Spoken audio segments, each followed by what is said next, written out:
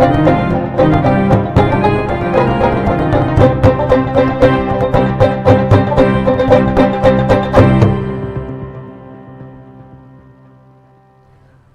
সবাইকে স্বাগত news now prime নিউজে। আমি রয়েছি আপনাদের সাথে মীনাক্ষী। চোখ রাখছি মুহূর্তের খবরে।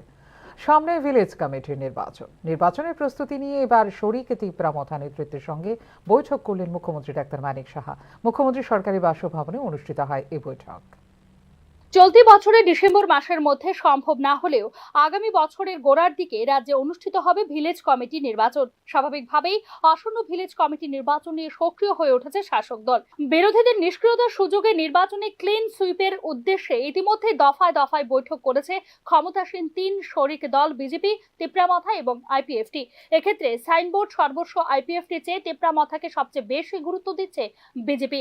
রাজনৈতিক অবস্থান থেকে এই মুহূর্তে উপজাতি আসনগুলিতে ছত্র আধিপত্যের পাশাপাশি বিজেপি কেন্দ্রীয় নেতৃত্বের সঙ্গে সুমধুর সম্পর্ক রয়েছে ত্রিপুরা মথার।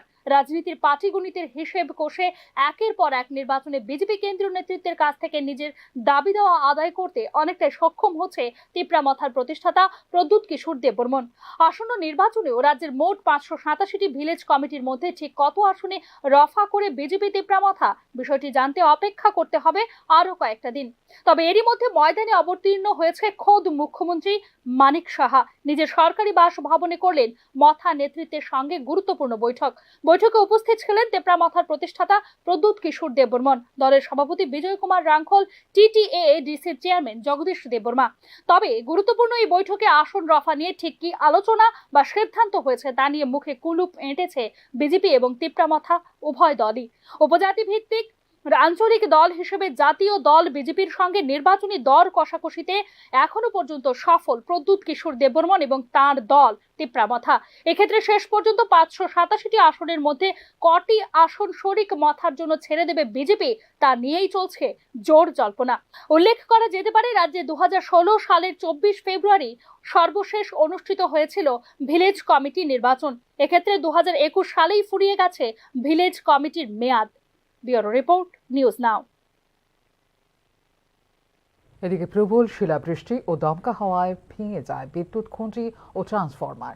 3 দিন ধরে চরিরাম ব্লকের ছেচুরি মাই গ্রাম পঞ্চায়েতের বালুয়াছড়ি এলাকা বিদ্যুৎ বিচ্ছিন্ন। খবরের জেরে দ্রুতগতিতে শুরু হলো বিদ্যুৎ খুঁটি ও ট্রান্সফরমার সারাইয়ের কাজ। গত মঙ্গলবারের বৃষ্টির ফলে বালুয়াছড়ি এলাকার বিদ্যুতের খুঁটি ও ট্রান্সফরমার ভেঙে যাওয়ায় 3 দিন ধরে ওই এলাকা অন্ধকারে নিমজ্জিত, যার ফলে পানীয় জল থেকে শুরু করে ছাত্রছাত্রীদের পড়াশোনারও ব্যাঘাত ঘটছিল। বিষয়টি চরিলাম বিদ্যুৎ কল সেন্টারকে অবহিত করলে সেখান থেকে জানানো হয়েছে বিদ্যুৎ ব্যবস্থা স্বাভাবিক হতে 4-5 দিন সময় লাগবে। বুধবার এই ঘটনা খবরে প্রকাশ হতেই বৃহস্পতিবার তড়িঘড়ি ওই এলাকার বিদ্যুৎ খুঁটি ও ট্রান্সফরমার সারাইয়ের কাজ শুরু হয়েছে। এই ব্যাপারে ঘটনা সত্যতা স্বীকার করেছেন বিদ্যুৎ দপ্তরের এক কর্মী।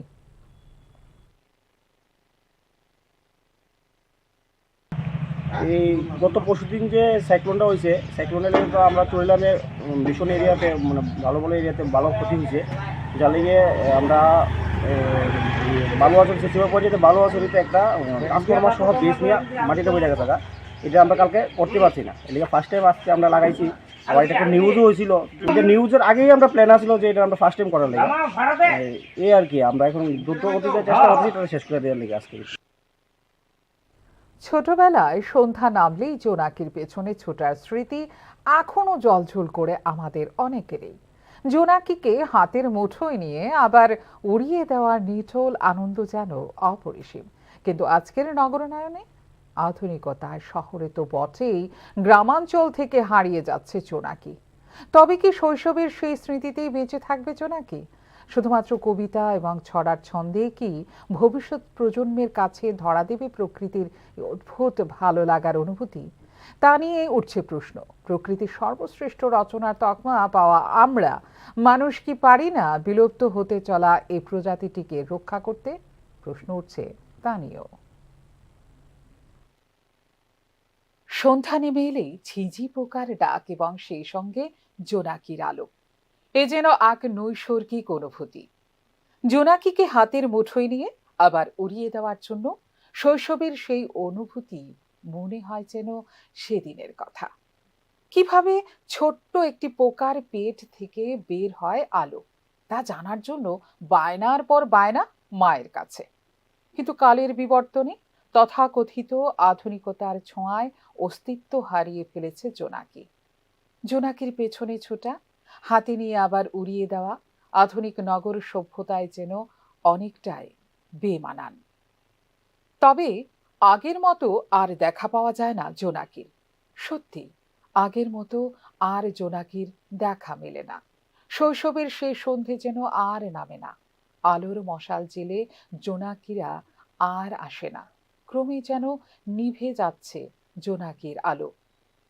তবে কি এমন হলো যে জোনাকির সংখ্যা হঠাৎ এত কমে যাচ্ছে?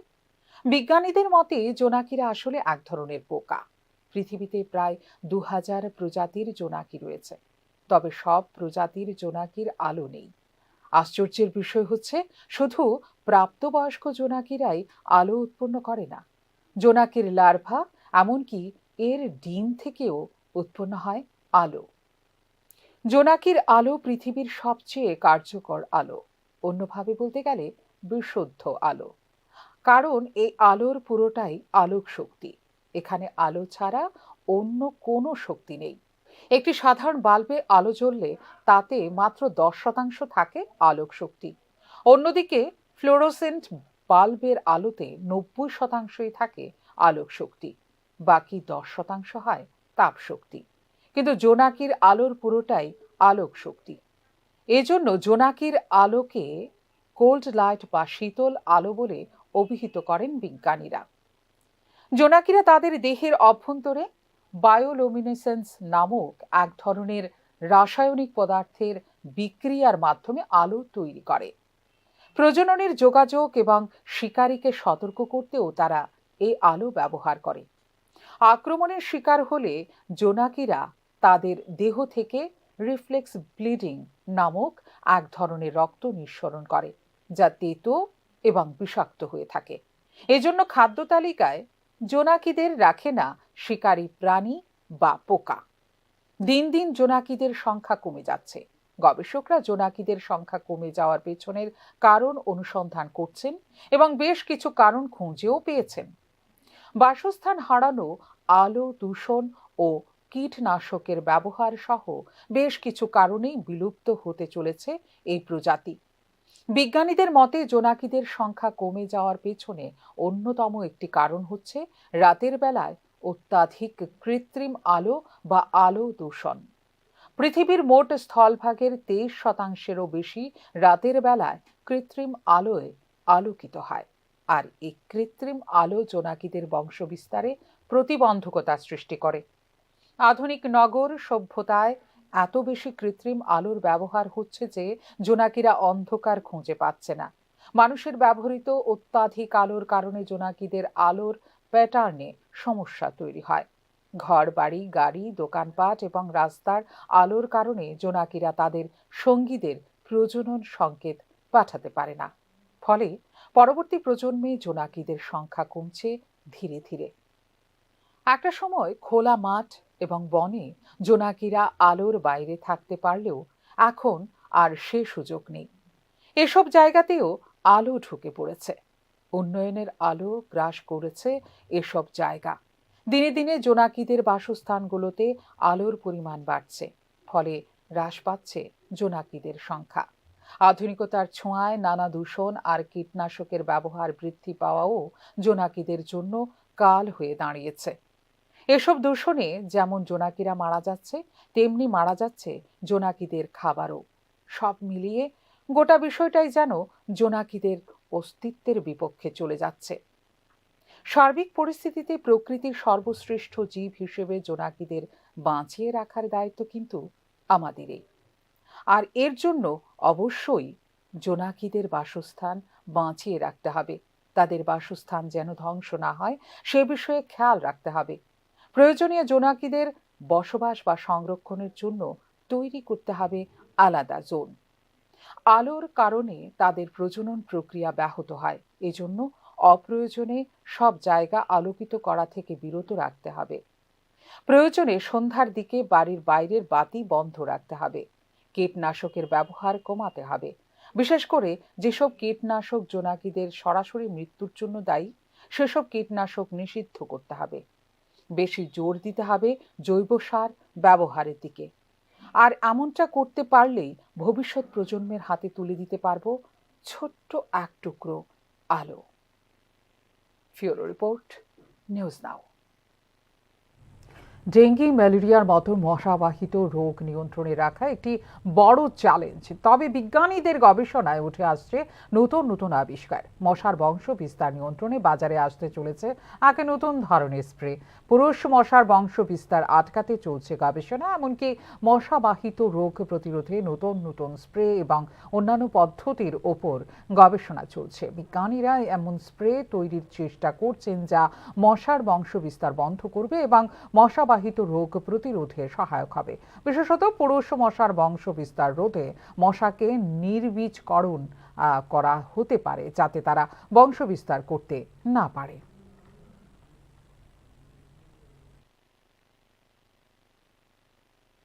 ট্রিপল ইঞ্জিনের সরকারের এখনো বকেয়া রয়ে গেছে 23% মহার্ঘ ভাতা। কেন মহার্ঘ ভাতা বকেয়া রাখছে রাজ্য সরকার? এটা সরকারের দুর্বলতা, ত্রুটি? বৃহস্পতিবার সরকারি কর্মচারীদের প্রতিক্রিয়া দিলেন প্রাক্তন মুখ্যমন্ত্রী মানিক সরকার। বামফ্রন্ট সরকারের সময়ে বছরের দুবার নিয়মিতভাবে মহার্ঘ ভাতা দেওয়া হতো বলেও প্রতিক্রিয়ায় জানিয়েছেন প্রাক্তন মুখ্যমন্ত্রী। সরকারি কর্মচারীদের সময় মতো মহার্ঘ ভাতা দেওয়া হলে বাজার অর্থনীতিতে এর ইতিবাচক প্রভাব পড়ে বলে প্রতিক্রিয়ায় উল্লেখ করেন প্রাক্তন মুখ্যমন্ত্রী মানিক সরকার। এদের তো নাকি এখন টাকার অভাব নাই, ডাবল ইঞ্জিন, এখন তো ডাবল না, এখন ট্রিপল ইঞ্জিন। কেমন না, কারণ ওই ত্রিপুরা মতো যুক্ত হয়েছে কেন্দ্র, তাদেরই সরকার, তারাই প্রতিশ্রুতি দিয়েছে। জমিয়ে রাখছেন কেন? এই চাপটাপ দিয়ে টাকাটা এনে ওই বিয়েটা পরিষ্কার করে দিলেই তো ভালো, সবাই খুশি হবেন। আর তাদের ঘরের ছেলে বলেই তো আপনারাও, বাবা মার যদি বিয়ে বাড়ে তাহলে আপনাদের কিছু সুবিধা হবে এবং এটা ব্যবসা বাণিজ্যের মধ্যে প্রভাব ফেলবে ইতিবাচক। সেটা হওয়া উচিত। সরকার যেটা করছে এটা সরকারের দুর্বলতা, ত্রুটি এবং আগ্রহের অভাব, সেটাই। রাজ্যের গণপরিবহন ব্যবস্থায় স্তব্ধ হয়ে পড়েছে আরবান বাস পরিষেবা। এক্ষেত্রে নীরব রাজ্য সরকার, আর এরই সুযোগে নিজেদের মর্জি মাফিক ভাড়া আদায় করে নিচ্ছেন বেসরকারি যান চালকরা। এই প্রেক্ষিতে নিত্য দুর্ভোগের শিকার হচ্ছেন রাজ্যের সাধারণ মানুষ। রাজ্যের গণপরিবহন ব্যবস্থার দুরবস্থা নিয়ে তুলে ধরা হচ্ছে বিশেষ একটি প্রতিবেদন। রাজ্যের গণপরিবহন ব্যবস্থার দুরবস্থার কারণে নিত্য দুর্ভোগের শিকার হচ্ছেন রাজ্যের সাধারণ মানুষ। পরিবহন ব্যবস্থা সরকারের উদাসীনতার কারণে সাধারণ মানুষের কাছে ভরসা এখন বেসরকারি যানবাহন। শহর, নগর কিংবা মফস্বল সবখানেই চলছে একই অবস্থা। রাজ্য সরকারের উদাসীনতার কারণে গ্যারেজে চলে যাচ্ছে ত্রিপুরা আরবান ট্রান্সপোর্ট কোম্পানি লিমিটেডের একের পর এক বাস। অন্তর্জালী যাত্রার প্রহর গুনছে টিআরটিসির পরিষেবাও। নিটফুল অতিরিক্ত টাকা গচ্ছা দিয়ে বেসরকারি যানবাহনে প্রতিনিয়ত যাতায়াত করতে হচ্ছে সাধারণ মানুষকে। দেশের অন্যান্য রাজ্যে সরকারি পরিবহনে গুরুত্ব দেওয়া হলেও ব্যতিক্রমী শুধুমাত্র ত্রিপুরায়। সরকারের নিষ্ক্রিয়তায় রাজ্যে বেসরকারি ক্ষেত্রের উপরেই ছেড়ে রাখা হয়েছে গণপরিবহন ব্যবস্থা বলে অভিযোগ সাধারণ মানুষের। একের পর এক রুট থেকে তুলে নেওয়া হয়েছে টিআরটিসির পরিষেবা। আগরতলার সাথে বিভিন্ন মহকুমার যোগাযোগে বেসরকারি বাস ছাড়া কোনো বিকল্প নেই সাধারণ মানুষের কাছে। শহর ও শহরতলি এলাকায় অটো রিকশা ছাড়া পরিবহন ব্যবস্থা অচল। সুযোগ বুঝে অটো রিকশা চালকরাই একটি রুটের নিয়ন্ত্রক, ভাড়া চাপানো হচ্ছে মর্জি মতো। এক্ষেত্রে নীরব দর্শক পরিবহন দপ্তর। একটা সময় টিআরটিসি বাস পরিষেবায় যুক্ত ছিল প্রতিটি মহকুমা, কিন্তু বর্তমানে বিপন্ন হয়ে উঠেছে টিআরটিসির অস্তিত্ব। মান্দাই, নিট আগরতলা, এডিসি সদর কার্যালয় খুমলুং, জম্পুইজলায় আরবান বাস পরিষেবা আজ ইতিহাস। বিশ্রামগঞ্জ, বিশালগড়, মোহনপুর, সিদাই, সিমনা প্রভৃতি স্থান থেকে উঠিয়ে নেওয়া হয়েছে শহুরে বাস পরিষেবা। আগরতলার সাথে আরবান বাসে যোগাযোগ সহজ। আনন্দনগর, অশ্বিনী মার্কেট প্রভৃতি এলাকার সাধারণ মানুষের কাছেও একসময় আগরতলায় আসতে মানুষের ভরসা ছিল বিভিন্ন লাইন বাস ও ছোট ছোট গাড়ি। আরবান বাস পরিষেবা চালু হওয়ার পর পাল্টে গিয়েছিল চিত্র। এখনো কম ভাড়ায় আগরতলা যাতায়াতের জন্য আরবান বাসের উপর নির্ভরশীল রাজ্যের সাধারণ মানুষ। আর এখানেই ঘটে বিপত্তি। বাসের সংখ্যা নেমে এসেছে 1/3। সরকারি তথ্য অনুযায়ী 2021-22 বর্ষেও ত্রিপুরা আরবান ট্রান্সপোর্ট কোম্পানি লিমিটেডের হাতে ছিল 123টি বাস। তার মধ্যে চালু অবস্থায় ছিল মাত্র 39টি বাস। 2022-23 বর্ষে 123টির মধ্যে চালু অবস্থায় ছিল 47টি বাস। 2023-24 বর্ষে তা সামান্য বেড়ে দাঁড়িয়েছে 52টি, অর্থাৎ 40% সামান্য কিছু বেশি সংখ্যক আরবান বাস ছুটছে রাস্তায়। এর বাইরে কিছু সংখ্যক বাস তুলে দেওয়া হয়েছে টিআরটিসির হাতে, বাকি সমস্ত বাসের স্থান হয়েছে গ্যারেজে। এর বিরূপ প্রভাব পড়েছে সাধারণ মানুষের জীবনযাত্রায়। বটতলা, চম্পকনগর, মান্দাই, নিট, আগরতলা, খুমলুং ও জম্পুইজলা রুট নিয়ে একটা সময়ে গড়ে প্রতিদিন 65টি আরবান বাস যাতায়াত করত। বর্তমানে টিকে রয়েছে বটতলা চম্পকনগর রুটের কয়েকটি বাস। পরিষেবা বন্ধ হয়ে গেছে বাকি সমস্ত রুটে। ওই সমস্ত এলাকার মানুষকে স্বল্প ভাড়ায় আগরতলায় যাতায়াতের সুযোগ করে দিয়েছিল বাস পরিষেবা। 15 টাকা ভাড়া ছিল আগরতলা, খুমলুং ও মান্দাই রুটে। এখন একজন মানুষকে খুমলুং থেকে আগরতলায় আসতে খরচ করতে হচ্ছে কম করেও 45 টাকা। এক্ষেত্রে সবচেয়ে বিপাকে জম্পুইজলার মানুষ। বিভিন্ন রুটে আরবান বাস পরিষেবা বন্ধ হয়ে যাওয়ায় বিশেষ করে গরিব অংশের মানুষের জীবন যন্ত্রণা বেড়ে গেছে কয়েক গুণ। কাছে থেকেও দূরবর্তী হয়ে পড়েছে বিভিন্ন উপজাতি অধ্যুষিত এলাকা। একেবারে জরুরি কাজ না থাকলে আগরতলায় আসছেন না কেউ। অটো রিক্সা পাল্টে আসা যাওয়ার খরচ পড়ছে কম করেও 100 থেকে 150 টাকা। স্কুল কলেজ পড়ুয়া ছেলে মেয়েদের ভাড়া মেটাতে হিমশিম খেতে হচ্ছে সাধারণ মানুষকে। এর প্রভাব পড়ছে পরিবহন ব্যবসা সহ বাজারেও। রাত 10টা পর্যন্ত গাড়ি চালিয়েও চালকদের আফসোস থেকে যাচ্ছে ভালো সংখ্যক যাত্রী না পাওয়ার কারণে। স্থানীয় মানুষের উপর নির্ভর করেই ব্যবসা চালাতে হচ্ছে বিভিন্ন বাজারের দোকানীদের। পরিবহন ক্ষেত্রকে সম্পূর্ণ বেসরকারীকরণের দিকে ধীরে ধীরে এগিয়ে নিয়ে যাওয়ার বিষয়টি নিয়ে চিন্তিত রাজ্যের সাধারণ মানুষ। আগরতলা থেকে বিভিন্ন মহকুমার সাথে যোগাযোগের স্থান করে নিয়েছে বেসরকারি পরিবহন। শহর ও শহরতলি এলাকায় একমাত্র বিকল্প অটো রিক্সা। স্বাভাবিক কারণেই রাজ্যের আর্থ-সামাজিক পরিস্থিতির উন্নয়নে গণপরিবহন ব্যবস্থার উন্নয়ন একান্ত আবশ্যক হয়ে পড়েছে বলেই মনে করেন সংশ্লিষ্ট তথ্যবিজ্ঞরা। Bureau report, news now. Kailashahar কলেজের ছাত্রছাত্রীরা বিভিন্ন দাবি আদায়ের লক্ষ্যে এবিভিপি ছাত্র সংগঠনের যৌথ উদ্যোগে কলেজ বন্ধ রেখে রাস্তা অবরোধ করে, বিক্ষোভ প্রদর্শন করেন। তাদের দাবি না মানা হলে আগামীকাল থেকে রাজপথ অবরোধেরও হুমকি দেওয়া হয় ছাত্রছাত্রীদের পক্ষ থেকে। পরিস্থিতি নিয়ন্ত্রণে মোতায়েন করা হয়েছে বিশাল পুলিশ বাহিনী। অবরোধকারী ছাত্রছাত্রীদের পক্ষ থেকে জানানো হয় যে বহু বছর ধরে কৈলাসহরের রামকৃষ্ণ মহাবিদ্যালয়ে যে কোনো অনুষ্ঠান করার জন্য কোনো বড় অডিটোরিয়াম বা মুক্ত মঞ্চ নেই। তাছাড়া কলেজে পর্যাপ্ত শিক্ষকের অভাবে পঠন পাঠন লাটে উঠেছে, যার ফলে কলেজের ছাত্রছাত্রী সহ কলেজ কর্তৃপক্ষকে নানা সমস্যার সম্মুখীন হতে হচ্ছে। এই ব্যাপারে দপ্তরের আধিকারিকদের লিখিত ও মৌখিকভাবে জানানো হলেও আজ পর্যন্ত কোনো সঠিক পদক্ষেপ নেওয়া হয়নি। এমনকি কৈলাসহর কলেজের 75তম বর্ষপূর্তি অনুষ্ঠানে রাজ্যের মুখ্যমন্ত্রী মানিক সাহার কাছেও কলেজের ছাত্রছাত্রী সহ এবিভিপি সংগঠনের পক্ষ থেকে যৌথভাবে দাবি জানানো হয়েছিল, কিন্তু এখনো পর্যন্ত কোনো ধরনের পদক্ষেপ না নেওয়ায় কলেজের ছাত্রছাত্রী ও এবিভিপি সংগঠনের নেতৃত্বরা সম্মিলিতভাবে বৃহস্পতিবার কলেজের সামনেই পথ অবরোধে নামে। এর নেতৃত্বে ছিলেন এবিভিপি সংগঠনের কৈলাসহরের নগর পঞ্চায়েতের সম্পাদক অভিষেক গোপ, ঊনকোটি জেলার জেলা সংযোজক আয়ুষ দেব, ছাত্র নেতা দীপাঞ্জন ভট্টাচার্য সহ অন্যান্যরা। অবরোধকারীরা জানান, দাবি বাস্তবায়িত না হওয়া পর্যন্ত আন্দোলন চলতে থাকবে। এমনকি প্রয়োজনে অবরোধকারীরা আগামীকাল থেকে কৈলাসহরের রাজপথ অবরোধ করে বিক্ষোভ প্রদর্শন করবে বলেও হুমকি দিয়েছেন। 2018 সাল থেকে আমরা কলেজে অনেক মেমোরেন্ডাম দেওয়া হয়েছে। আমরা মুক্তমঞ্চ বা অডিটোরিয়াম হল বা টিচারের সমস্যা হলে অনেক কিছু সমস্যা হলে আমরা মেমোরেন্ডাম দেওয়া হয়েছে, কিন্তু এটা আজকে পর্যন্ত কোনো কিছুই পাওয়া হয়েছে না আমরা কলেজে। এমনকি সিএম স্যারের কাছে। এদিকে 1 বছর যেতে না যেতে কৈলাসহর রাঙ্গামাটি রাস্তার পিচের আস্তরণ উঠে যাচ্ছে।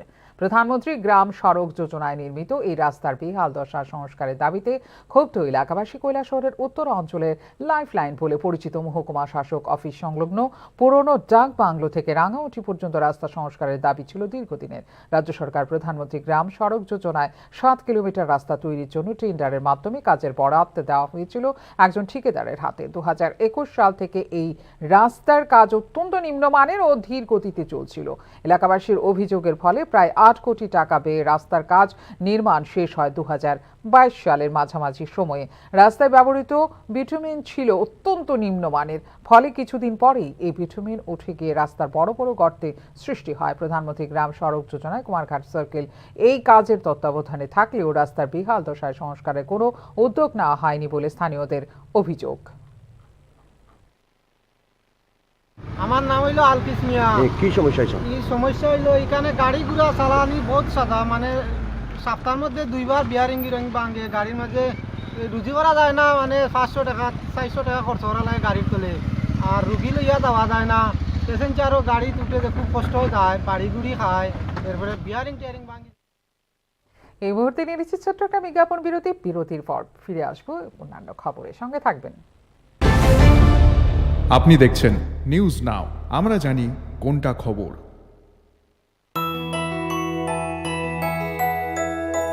স্বাদে ভরা ঘিয়ের সুবাস লংতরায়, কি ভালো খেতে, শুদ্ধ ঘিয়ের আবেশ ভরা লংতরায়, অপূর্ব সুগন্ধ, পুষ্টি ভরা ঘিয়ের খাবার, গাওয়া ঘি প্রিয় সবার লংতরায়। একেই বলে বিশুদ্ধ ঘি।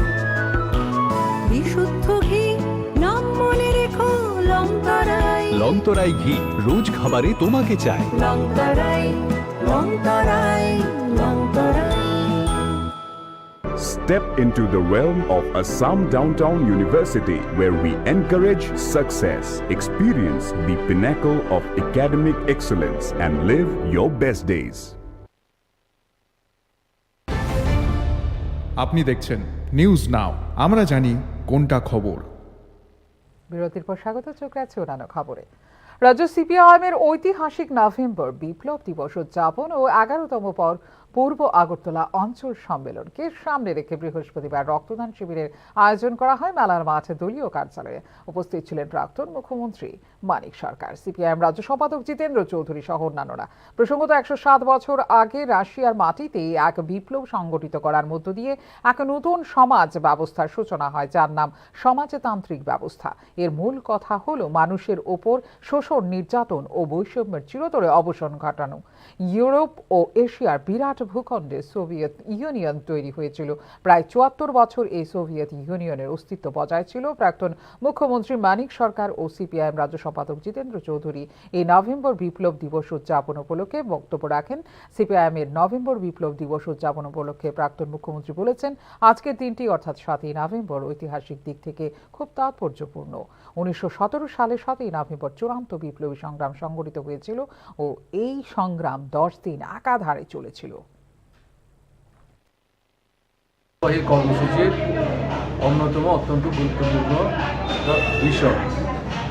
আজকে যারা রক্ত ইতিমধ্যে দিয়েছেন বা দেওয়ার জন্য অপেক্ষা করছেন তাদেরকে অভিনন্দন জানাচ্ছে এবং তাদের সুস্বাস্থ্য কামনা করছে। রাজধানী আগরতলা শহরকে যানজট মুক্ত করার লক্ষ্যে ট্রাফিক দপ্তরের বিশেষ অভিযান চালু রয়েছে। বৃহস্পতিবার এই চিত্র ধরা পড়ল রাজধানীর জিপি বাজার এলাকায়। অভিযানের নেতৃত্ব দেন ট্রাফিক দপ্তরের এসপি মানিক দাস সহ দপ্তরের বিভিন্ন আধিকারিকেরা। প্রায় প্রতিদিনই রাজধানী শহর আগরতলার যানজটের চিত্র দেখতে পাওয়া যায়। যথাসময়ে এই রাস্তাগুলো যানজট মুক্ত করা যাচ্ছে না, সেই দিকে নজর দিয়ে রাজ্য ট্রাফিক দপ্তরকে রাজধানী জিপি এলাকার রাস্তাঘাট যানজট মুক্ত করতে উপযুক্ত পদক্ষেপ গ্রহণ করতে দেখা গেছে। এই অভিযানের নেতৃত্ব দেন ট্রাফিক দপ্তরের এসপি মানিক দাস সহ অন্যান্য পুলিশ আধিকারিকরা। রাজধানী জিবি এলাকায় দীর্ঘদিন ধরে নানা সমস্যায় জর্জরিত। এগুলো সমাধানের জন্য আগেও ট্রাফিক দপ্তর থেকে ব্যবস্থা গ্রহণ করা হয়েছিল, এখনও নতুন করে সমাধানের ব্যবস্থা করা হচ্ছে। তবে এখনও সমাজের একটা অংশের মানুষের মধ্যে ট্রাফিক দপ্তরের আইনি সচেতনতার অভাব লক্ষ্য করা যাচ্ছে বলে জানিয়েছেন সংশ্লিষ্ট দপ্তরের এসপি মানিক দাস। কেন্দ্র করে আমরা আজকে এখানে অভিযান নাম এরিয়ার যে সমস্যাগুলো আছে সেগুলো সম্পর্কে আমরা আগেও জেনেছি, আমরা আগেও পদক্ষেপ নিয়েছি। প্রতিদিন পদক্ষেপ নেওয়া হচ্ছে, যেটা ট্রাফিক রুল ভায়োলেশনের জন্য যে পরিচালনগত পদ্ধতির কারণে বন্ধ ছিল ত্রিপুরা বিধানসভায় অনলাইনে প্রশ্নপত্র জমা দেওয়ার পদ্ধতি। আগামী বিধানসভা অধিবেশনে এই পদ্ধতি চালু হচ্ছে পুনরায়। বৃহস্পতিবার এই সিদ্ধান্ত নেওয়া হয়েছে বিধানসভার সর্বদলীয় বৈঠকে। বিধানসভার কনফারেন্স হলে অনুষ্ঠিত হয়েছে এই সর্বদলীয় বৈঠক। বিধায়কদের অনলাইন এবং অফলাইন পদ্ধতিতে প্রশ্ন জমা দেওয়ার বিষয় সহ অন্যান্য আনুষঙ্গিক বিষয়গুলো আলোচনা হয়েছে এদিনের বৈঠকে।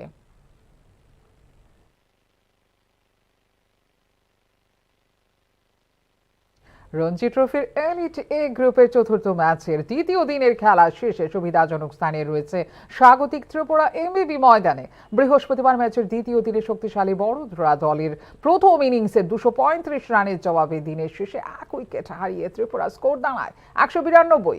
ত্রিপুরা দলের হয়ে 97 রানের দুর্দান্ত ইনিংস খেলে দুর্ভাগ্যজনকভাবে আউট হন বিক্রম দাস। দিনের শেষে ক্রিজে অপরাজিত রয়েছেন 58 রানে জিয়নজোত সিং এবং 34 রানে তেজস্বী জয়সওয়াল।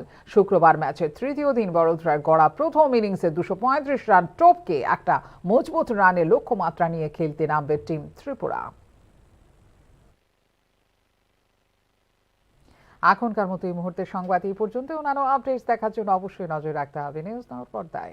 নমস্কার, শুভরাত্রি।